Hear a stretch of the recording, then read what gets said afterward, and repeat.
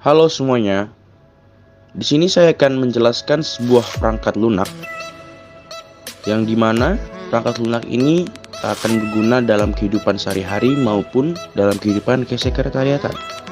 Dalam kesempatan kali ini, saya akan menjelaskan Google Meet. Google Meet adalah sebuah layanan komunikasi video yang dikembangkan oleh Google.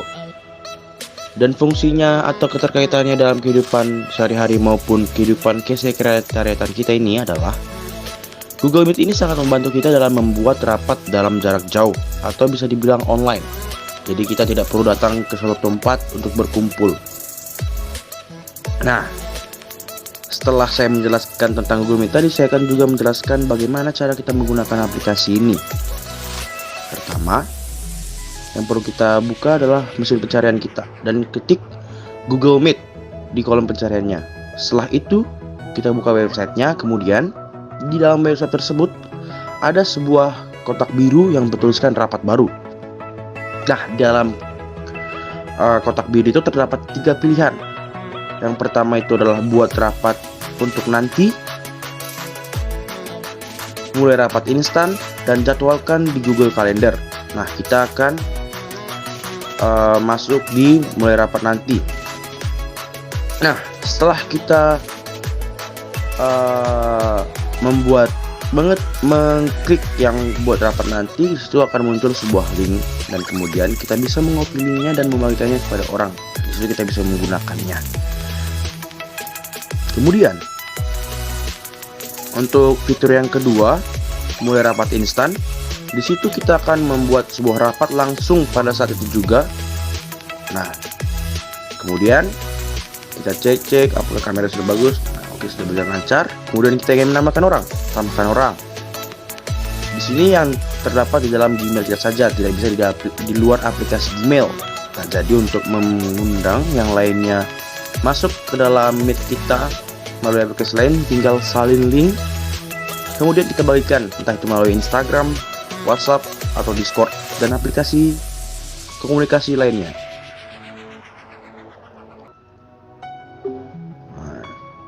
Kemudian untuk sebuah fitur yang terakhir yang dikalendarkan itu gunanya untuk misalnya kita ingin membuat seminggu ke depan. Nah, di situ link akan terbuat otomatis dalam seminggu ke depan, tidak hari itu juga. Kemudian untuk fitur yang di sebelahnya yang kita untuk bergabung dalam sebuah Meet, itu tinggal kita masukkan kode yang kita telah dibagikan oleh pembuat rapat itu. Baik, saya akan menjelaskan secara singkat apa itu Gmail dan apa manfaat Gmail pada kesekretariatan. Jadi, Gmail itu adalah suatu layanan surat elektronik milik Google. Pengguna dapat mengakses Gmail dalam bentuk surat web atau protokol dan lain-lain. Gmail ini diluncurkan dengan sistem undangan dalam bentuk beta pada tanggal 1 April 2004 dan tersedia untuk publik pada tanggal 7 Februari 2007, meski masih menyandang status beta. Bersama seluruh produk Google Apps, layanan ini tidak lagi beta pada tanggal 7 Juli 2009. Lalu, hingga Juni 2012, Gmail adalah layanan surat elektronik berbasis web terbesar dengan 425 juta pengguna aktif di seluruh dunia. Lalu, apa manfaat Gmail pada kesekretariatan? Jadi manfaatnya itu adalah adanya Gmail ini maka memudahkan pengguna untuk saling berkirim pesan, file, gambar, audio, video, dan sejenisnya dari berbagai perangkat dengan aman dan nyaman.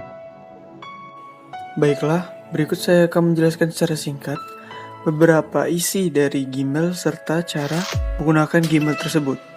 Yang pertama, jika Anda bisa menggunakan laptop atau komputer seperti yang saya gunakan sekarang, Anda bisa buka Chrome lalu ketik di pencarian Gmail. Setelah itu, klik yang bagian paling atas. Lalu, setelah masuk, klik login. Lalu, pilih akun Gmail yang akan Anda gunakan. Nah, setelah masuk ke Gmail, Anda akan melihat beberapa folder di sebelah kiri.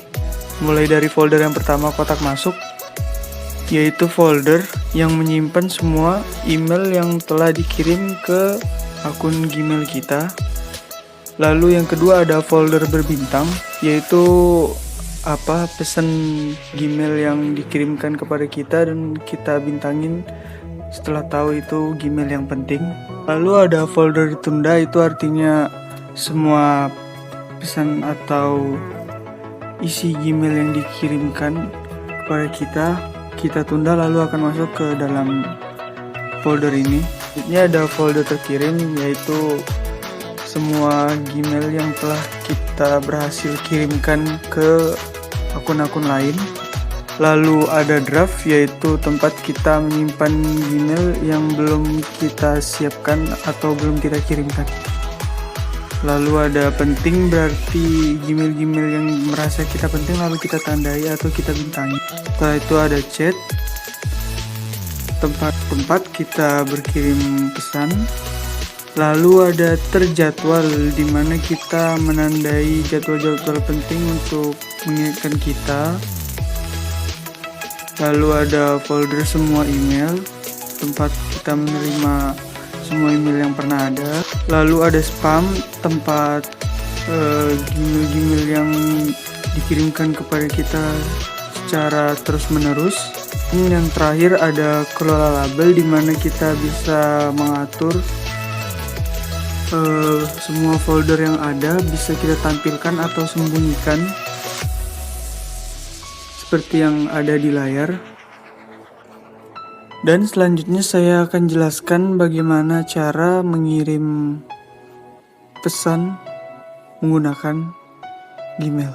Yang pertama ada tulisan atau kotak bertuliskan tulis di sebelah kiri pojok atas. Anda bisa klik itu, lalu akan muncul kotak di sebelah kanan seperti yang ada pada layar. Setelah itu Anda bisa ketikkan Gmail tujuan Anda di samping tulisan kepada yang pertama. Itu adalah Gmail tujuan Anda untuk mengirim email kepada siapa. Lalu ada subjek. Subjek adalah judul dari isi Gmail yang Anda akan kirimkan kepada orang tersebut.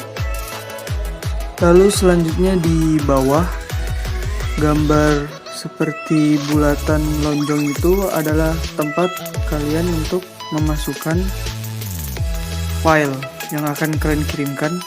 Lalu di sebelahnya ada tombol untuk menaruh link. Kalau misalnya kalian ingin mengirimkan sebuah link seperti link YouTube, kalian bisa menggunakan ini.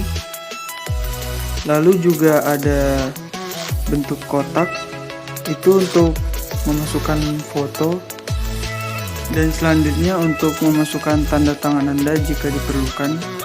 Biasanya tanda tangan ini digunakan untuk pesan-pesan Gmail resmi antar perusahaan atau sesama karyawan di suatu perusahaan.